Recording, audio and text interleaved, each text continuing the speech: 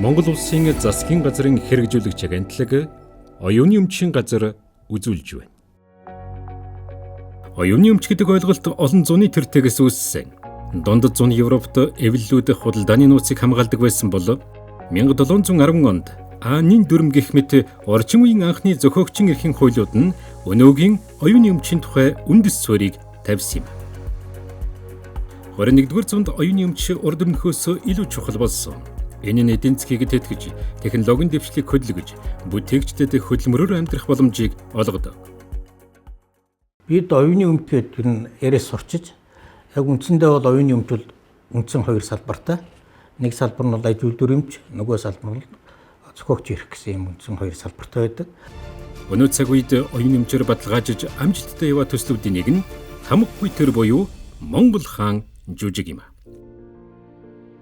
Зохиолч, хөгжимчин, жүжигчдээс бүрдсэн алсын хараатай багаас бүтсэн уг жүжиг нь Монголын ард түмний тэсвэр хатуужил соёлыг магтан түгээж байна.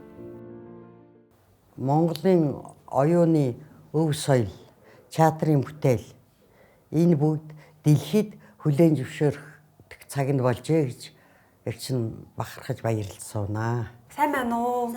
Би танад бүтээл бүртгүүлэх гэсэн. Танаас сайтаас мэдүүлгийн маягтыг татаж авч энд бөглсөн. Тамгуу дүртэй холбоотой бүтсэн бүтээлүүд нь энд байгаа.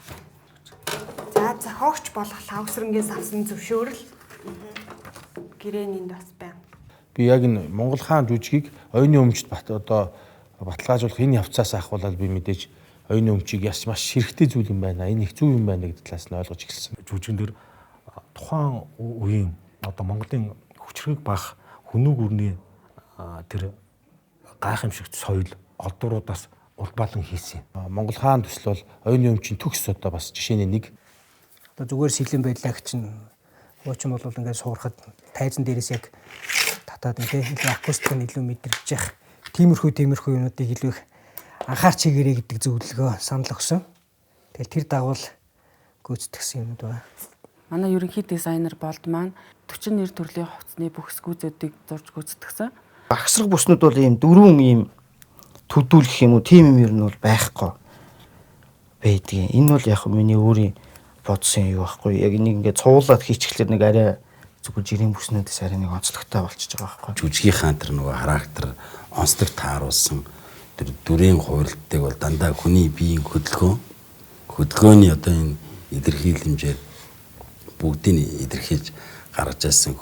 Дараамын урлагт одоо хэл ярианы энэ урлагт хөдөлгөөний урлаг нэмж оруулснараа энэ бас шин төвшөнд хүргэж чаджээ.